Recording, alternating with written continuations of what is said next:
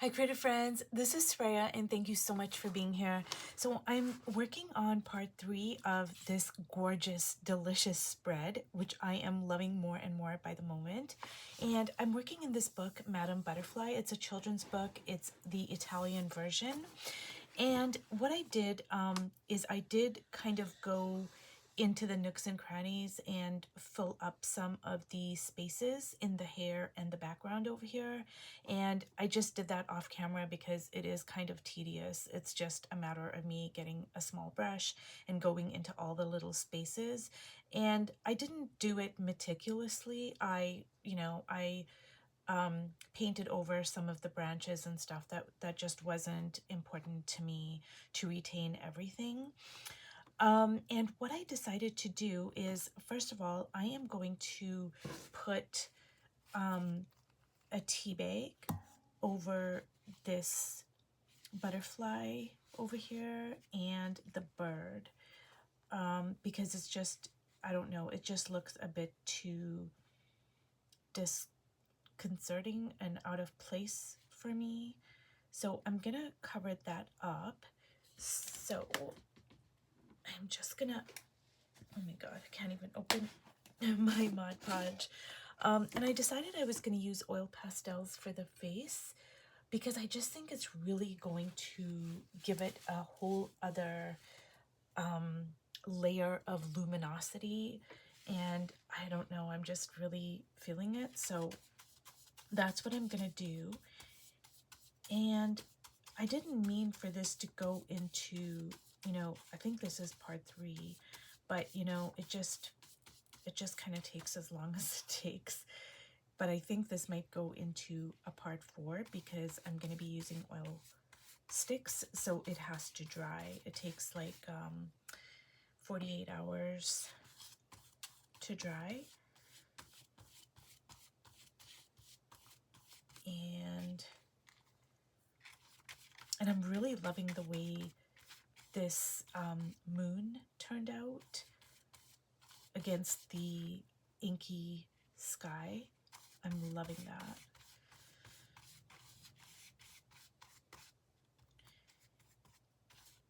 And I think I might bring in like some alizarin crimson in over this part when it dries.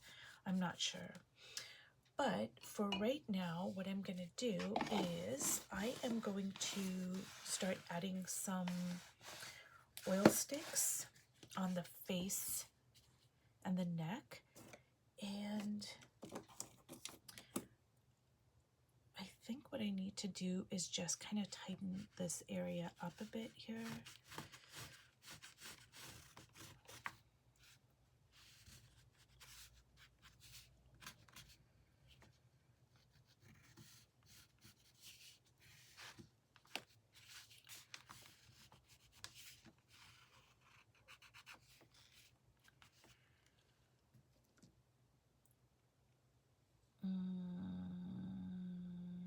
Okay, so what I'm going to do is just get out some of my skin tones here, and I think that's going to be good.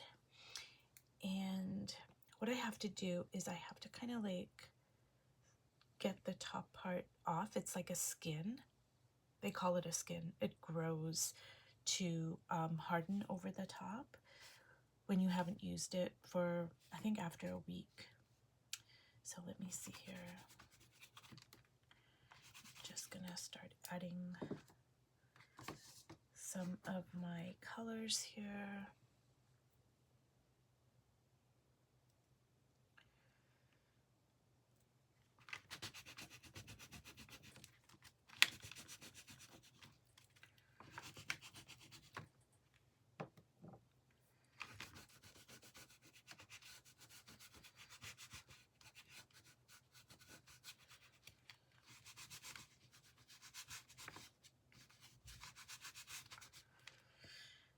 So you guys, this book is like an accordion. I think I showed it in the first video. And when I first saw this book, I was so in love with the images that I you know, I was like, I knew I was going to buy it and work on it, in it, over top of it, and use the images. Like, I instantly knew that. And then I saw that it was an accordion book, and then I was like, oh, cool. You know, I thought it was like really interesting, but honestly, you guys, I don't really like working in this sort of a structure, because it's just, I don't know, it just feels uncomfortable to me.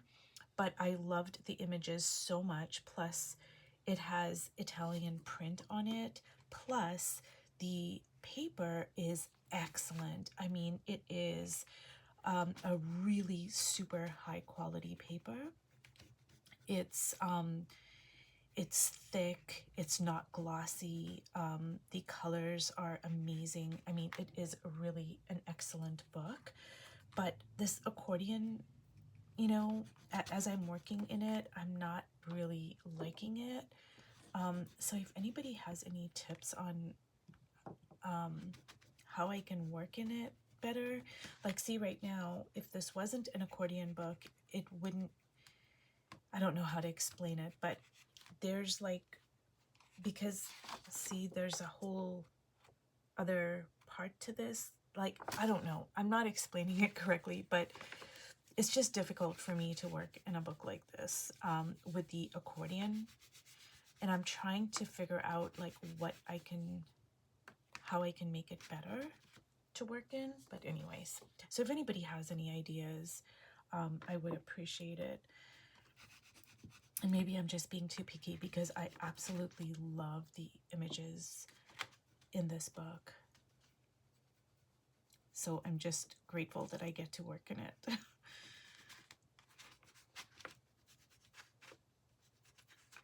So all I'm doing is just building up my tones and colors, and just, now the thing about skin is it's never one color.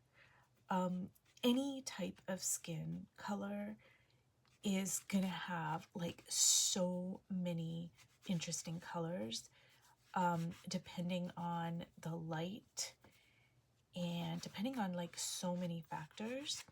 And I was reading a very well-known portrait artist who, I can't remember, many years ago. I don't even remember the name of the person, but I loved his portraits. And he said that when it comes to, well, anything in painting, but especially with faces, portraits, skin color, etc., the values are way more important than the colors that you use. So if you get the values right, it really doesn't matter what color you use. You can pretty much use any color. It's the values that count. So I've seen, you know, purples and blues, and I mean, just really any color in a portrait. And if you get the values right, it's going to look great. It's not going to look weird or out of place or anything like that. So I think I need some warm color here.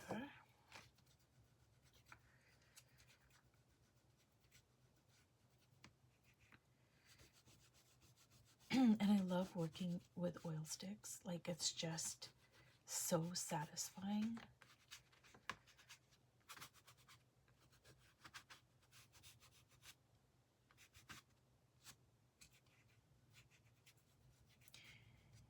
And oil sticks are different than oil pastels in many ways, but the number one thing that comes to mind just right off the top of my head is that oil sticks, they dry completely, and you can work over top of them, etc. Whereas oil pastels, they are always what they call live, so that means that they never dry. Now they each have their own pros and cons, so I'm not advocating for one over the other, but you know, oil sticks do dry, and you can work over top of them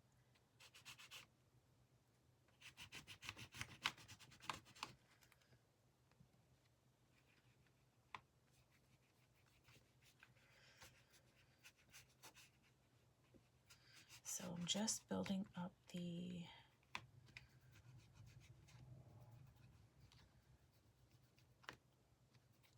tones, and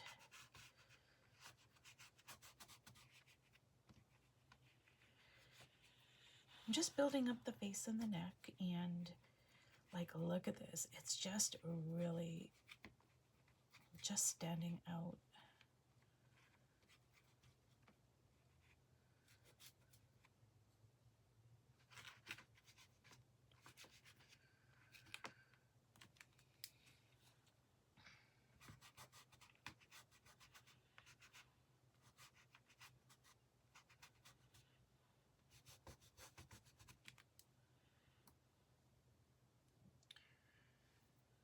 And so I am going to kind of use some of that over there.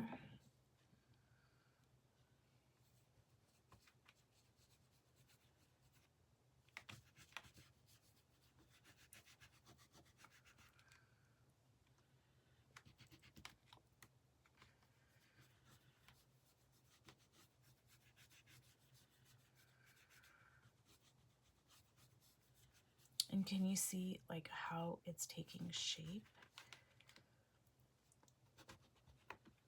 And oil sticks just give you a luminosity that, I mean, I can't find that with anything else. And I guess you would find that with oils, like oil paints. And I used to work with oil paints, but there were some negatives to it. I mean, I love the luminosity. This was many years ago, but I think now they actually have all sorts of, like they even have, I think, I could be wrong on this, but they even might have like water soluble oil paints, which I have no idea how that would work, but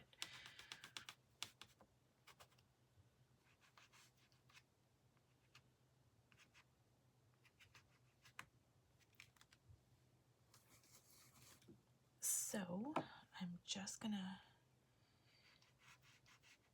kind of finish up here.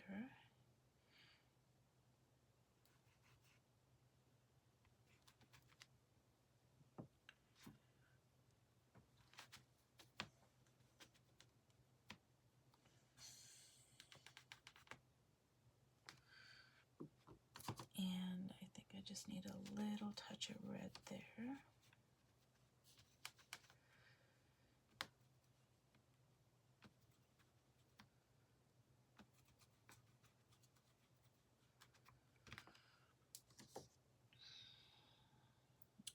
Okay, so I am going to have to let that completely dry. But while that, you know, I'm going to leave that alone. Excuse me. But I'm going to try to figure out, you know, what can I do over here? Because I'm not happy with this like part over here with the bird showing. Now I did put the tea bag, but because the tea bag is translucent, I can still see the bird, and I want to cover that up. So I'm thinking maybe this is red, so I think maybe I'm gonna use an alizarin crimson, and then that could be like part of, you know, like a shadowy part of the dress. So it's not like a totally different color, it's just darker. So I'm gonna try it out. And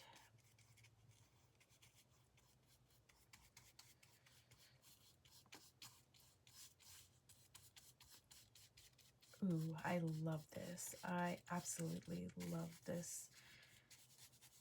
The red, like the alizarin crimson red against this red. Ooh, I'm loving it.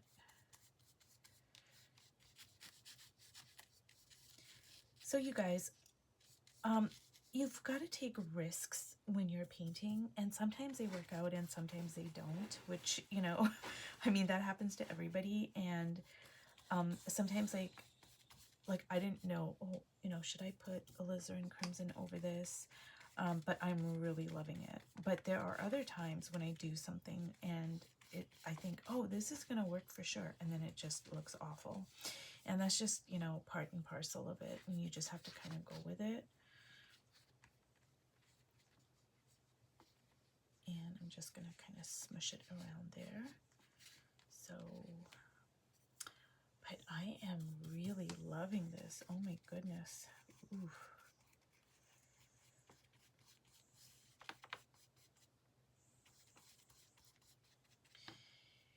And now I want to kind of spread this like just in a few other parts, just to kind of move this red around. And I don't know where else on the painting I can kind of put it except for the dress.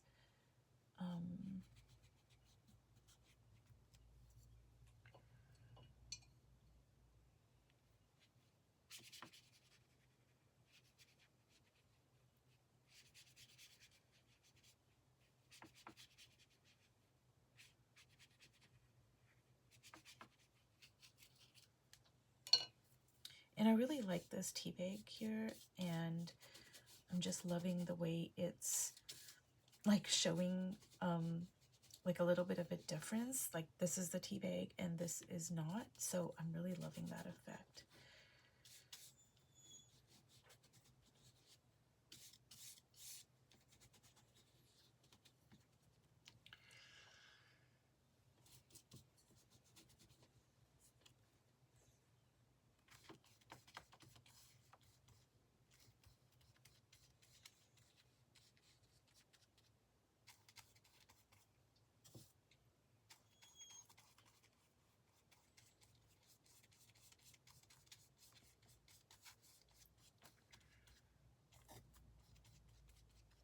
Okay, so now what I'm gonna do is I am going to work on the hair a little bit here, and I'm just gonna kind of drop some browns here.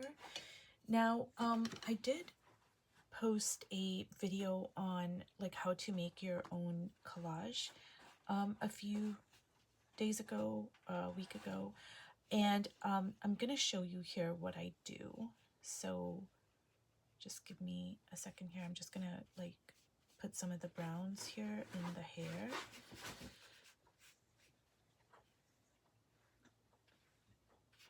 And